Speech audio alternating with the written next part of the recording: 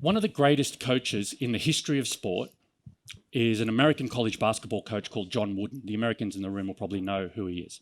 And I've been told by my American friends that it's actually harder to win the college basketball championship than it is to win the NBA, right? And so this guy won 10 championships in 12 years with effectively 12 different teams.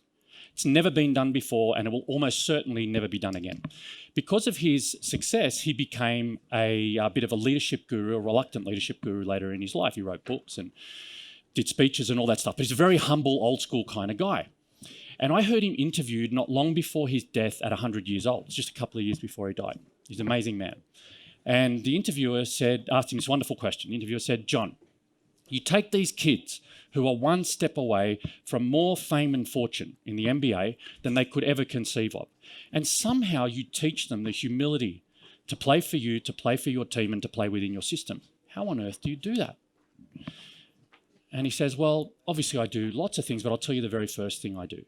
On the very first day of training, the very first conversation we have, I bring them all together and I ask them one question. Are you good enough to get better?" And that's the question that I ask teams and organisations who are on a roll, right? Are you going to be complacent, or are you good enough to get better? And the tactic that I'm using is to appeal to their best self, to appeal to their drive for excellence. And if they are truly a high-performing team, they will stretch to that. So let's do this as a quick test. So think of the best, most effective leader, the one you most admire that you have worked with in your life, okay? The most effective, best leader that you admire you've ever worked with in your life. Got that person? If that person is 10 out of 10 in your estimation of what leadership could be, where would you place yourself, 0 to 10? Just say it in your head. That person's 10, where would you place yourself?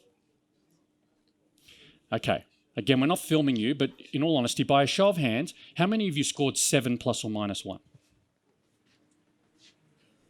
Lots of you.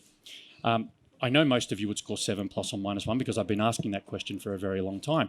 And 7 is the safest number to say to yourself at that particular moment, because 7 is pretty good.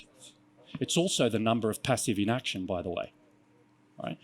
All of you have got, for those of you who scored 7 or even less, all of you have got to this place where you, in your own estimation, are 7 out of 10 versus the best leader you've ever seen. Right? Now, so what's the prize for getting to 8 or 9 or 10? Well, here's what I've learned. Very, very, very small differences make an exponential impact. Very small differences. The difference between 7 and 8 is not 1, it's 10x. The difference between 7 and 9 is 100x. The difference between 7 and 10 is 1,000x. And we see this in all walks of life. Who won the men's 100 metres at the last Olympics? Usain Bolt. Who came second? Who gives a shit? Nobody cares, right? Really, who cares? Does anyone know the answer? Justin Gatlin. Do you know what the difference was? 8/100ths of a second. At the Olympics, 8/100ths of a second is the difference between immortality and complete irrelevance. Everybody knows Usain Bolt won. Nobody remembers Justin Gatlin was there, 8/100ths of a second behind.